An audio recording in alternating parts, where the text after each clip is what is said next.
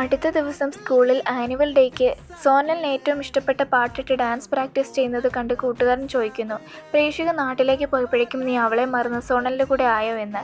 ഇങ്ങനെ ഒന്നും രണ്ടും പറഞ്ഞ് പ്രവീണും അവനും വഴക്കിടുന്നു. വഴക്കിനിടയ്ക്ക് സോനൽ പ്രപ്പോസ് ചെയ്തിട്ട് നീ എന്താ നോ പറയാത്തതെന്ന് ചോദിക്കുന്നു. അതിന് പ്രവീൺ, തനിക്ക് പേടിയാണ് നോ പറയാൻ, എല്ലാ ഗേൾസും തന്നെ റിജക്റ്റ് ചെയ്തിട്ടേ ഉള്ളൂ, എന്നാൽ എന്നെ ആദ്യമായി ഒരാൾ കാണാൻ നല്ലതാണ് എന്നും പറഞ്ഞ് പുറകെ നടക്കുന്നത്.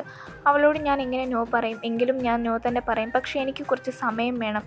അങ്ങനെ ഡാൻസൊക്കെ കഴിഞ്ഞ് പ്രേക്ഷിക അവന് സർപ്രൈസായി കാണാൻ വേണ്ടി വരുന്നു.